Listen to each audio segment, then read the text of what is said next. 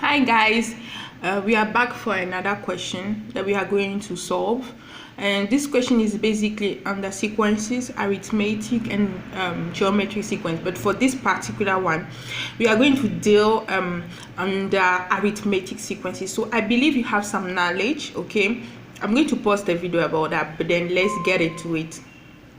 Okay, so we have an arithmetic progression that has a term of 7, and the nth term is 84.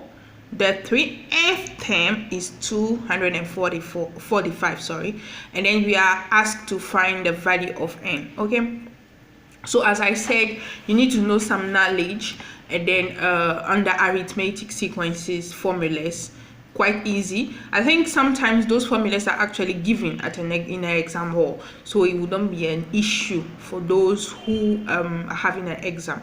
Okay, so this is what we are going to do.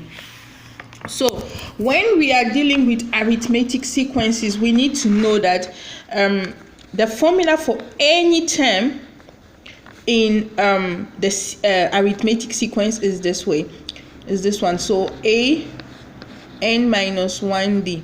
Okay, and I'm going to explain the meaning of every variable. So un is the position. N is for the position of the term. So sometimes in a sequence you may have a finite sequence with a finite number of terms in that sequence, so you can ask to find the 8th term or 5th term, so n will be 5 at that point. So then so as I said, n is the position of the term, position the term. A is the value of the first term, and D is the common difference. You know that the difference between an arithmetic sequence and a geometric sequence is basically for the arithmetic sequence to get the subsequent term into that sequence, you must add or subtract a common difference from the previous term given to you. But then in a geometric one, you must multiply it, so it is quite easier. So right now we are told that the first term is a 7. So sorry, I have a cold. So it is 7, and the nth term, which is un, it is 84. Now we are told the 3nth term. Okay, so this is what we are going to write.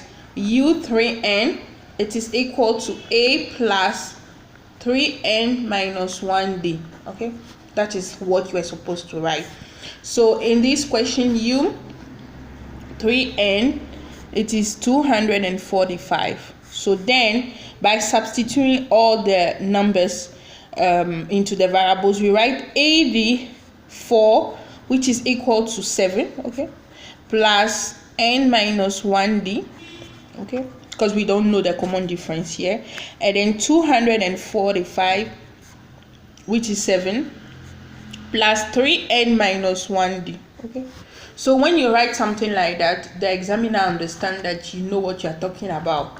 So right now you are solving for n, but you are having two variables here, so trying to solve it simultaneously, here it will not work. You can try, it will not work. You will get values, you get complicated values, you may get lost. So what I will do is I'll make d the subject for each, and I will equate it simultaneously. So for the first one, 84 minus 7, okay, will be equal to n minus 1d.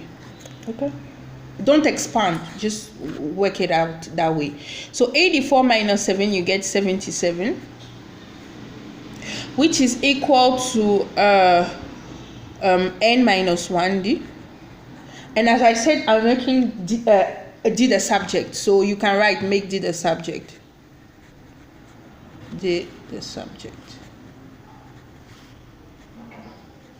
So then here I'll have 7 n minus 1 is equal to d. Then your life is easier at that point. Okay, then you do the so this is for the first equation. Then for the second one, let me write 1 2. Okay, I will do the same thing. So 245 minus 7. So I'll write 245 minus 7 is equal to 3n minus 1d. So what do I get? Okay, that arrow means I'm working this way. So I'll get 238, which is equal to 3n minus 1d.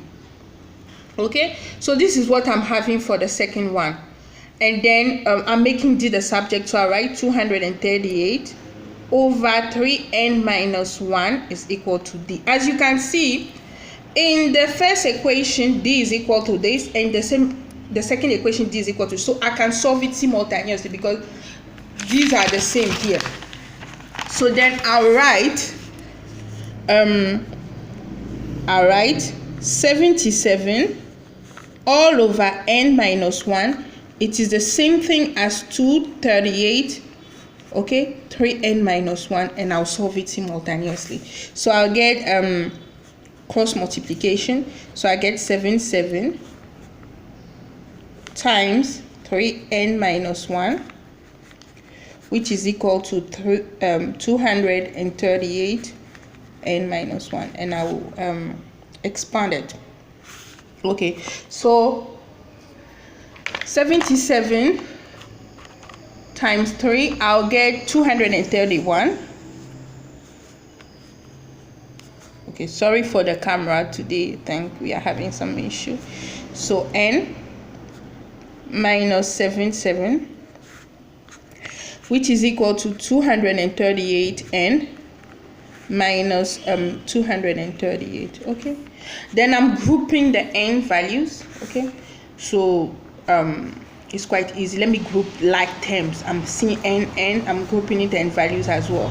So I'll write 238n minus 231n, and this place I'll write negative 77 plus 238. Okay, so what am I getting? So in the left hand side, negative 77 plus 238, I'm getting 161, which is equal to 7. Okay, 7n, and then 161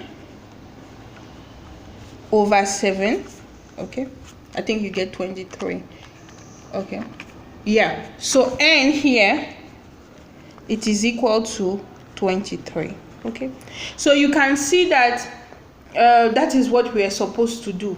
Okay, we're supposed to solve it in a different way, making d the subject, or let me say yeah, that's what we are supposed to do, and then getting your answer. So this was a quite challenging question, and then I hope you understood. In case you have a question or you did not understand a step, please write a comment below and then I'll respond.